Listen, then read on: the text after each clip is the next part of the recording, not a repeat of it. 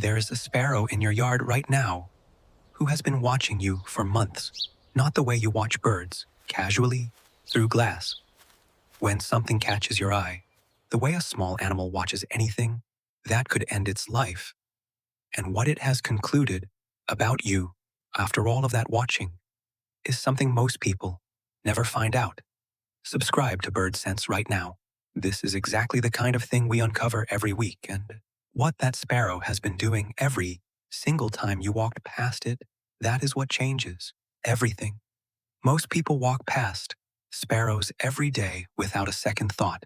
The most common bird in the yard, the one nobody photographs, the one nobody thinks about, but that sparrow has been thinking about you.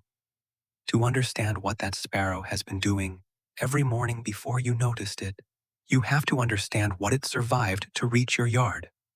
The house sparrow is not a native North American bird. It was introduced in Brooklyn in 1851. A small number of birds released into a new continent with no established territory, no learned roots, no inherited knowledge of local predators. Within 50 years, it had spread to every corner of North America. Within 100 years, it had become one of the most successful birds on the planet. Here is where it gets strange. It did this not by being large, or fast, or physically dominant.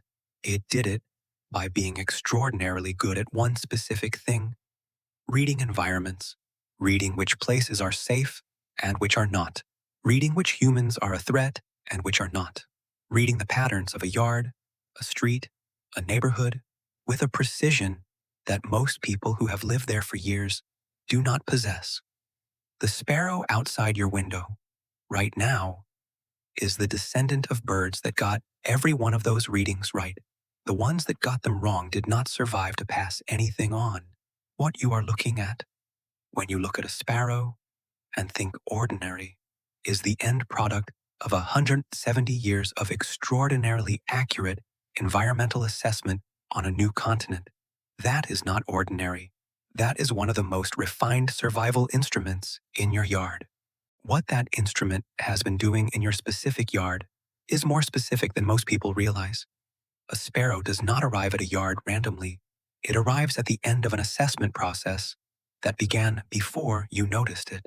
Before it landed, it was watching from a wire, from a fence post, from the edge of a roof. It had a sight line to your yard, and it was running a checklist that has been refined across generations. Is the ground clear enough to see approaching threats? Is there cover within a flight distance it can reach before a predator closes the gap? Is the food source reliable? Meaning, has it been there before? Is it being defended by birds it cannot compete with? Is the human activity around it predictable enough to work around? And the sparrow watching from the fence has been doing this to you. That last question is the one most people never think about.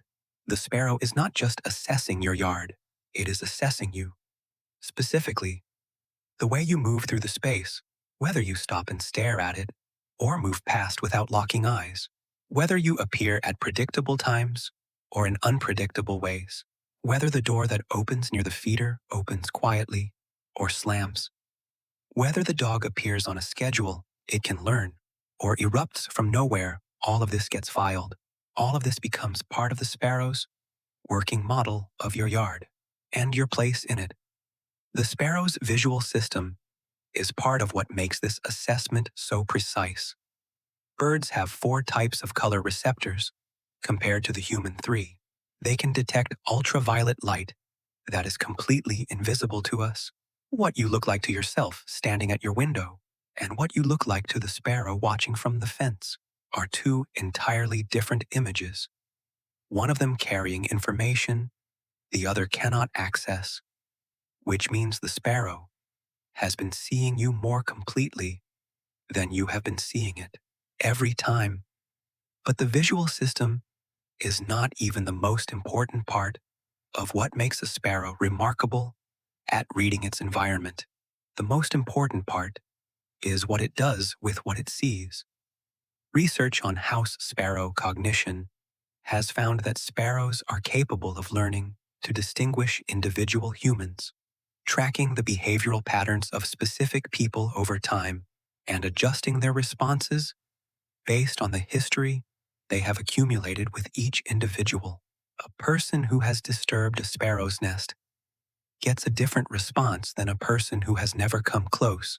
A person associated with the feeder being filled gets a different response than a stranger who approaches the same feeder, which means the sparrow outside your window right now does not see you as a human. It sees you as a specific human with a specific history and a specific set of associated predictions. This is where the approval framework becomes visible. A sparrow does not visit a yard the way most people imagine. A random arrival at a random food source. A sparrow visits a yard it has approved. The approval is not dramatic.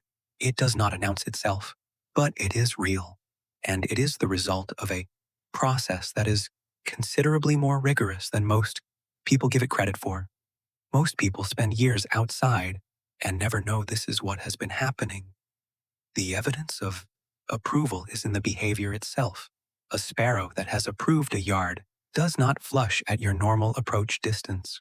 It holds its ground when you move through the space on your usual route. It returns after disturbance faster than it did when it first started visiting. It brings other sparrows, not in a random way, but because sparrows share information about safe sites with the birds they associate with. That last part is the one that changes what you are looking at. When you see a group of sparrows in your yard, they are not there by coincidence. They are there because one of them ran the assessment, reached a conclusion, and the conclusion was shared. Your yard passed, and the sparrows in it are the evidence of that. The practical implications of this are almost the opposite of what most people expect. If you want sparrows to keep coming, and more importantly, if you want them to come closer, stay longer, and treat the space near you as genuinely safe rather than merely tolerable, the most important thing you can do is not change anything. Do not move the feeder. Do not suddenly alter the rhythm of your appearances in the yard. Do not introduce a new element into the sightline they have been using. The consistency of your yard is part of what they approved. Disrupting it restarts part of the assessment. What you can do is add to the consistency. The same time at the feeder, the same unhurried movements, the same absence of sudden approaches or prolonged staring. Over time, the sparrow's model of you becomes more accurate and more favorable, and the flight distance it maintains around you gradually decreases as its confidence in its own prediction grows. That decreasing distance is not the sparrow becoming tame.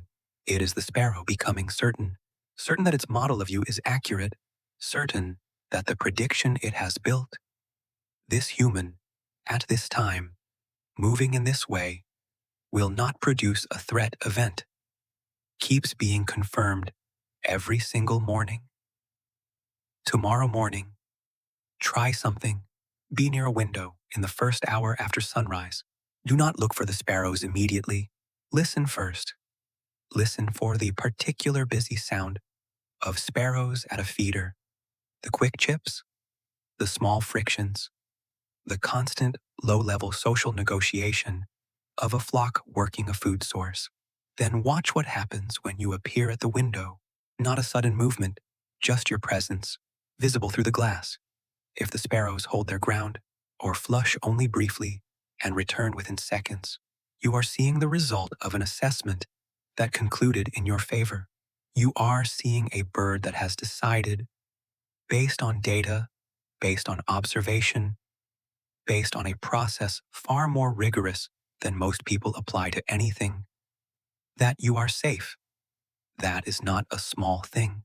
For an animal whose survival depends on getting that reading right every single time, choosing to stay when you appear is a real decision. It costs something. It was based on evidence you provided without knowing you were providing it, and it was made by a bird you have been walking past your whole life without giving it a second thought.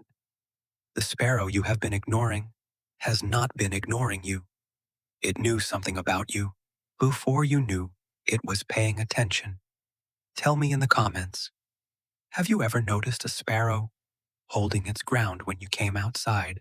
A moment when a bird you expected to flush just stayed? I want to hear about it. I read every single one. Subscribe to Bird Sense. And if you want to understand what the cardinal in your yard has been running the same assessment on you and what its file on you actually contains, that video is right there waiting for you.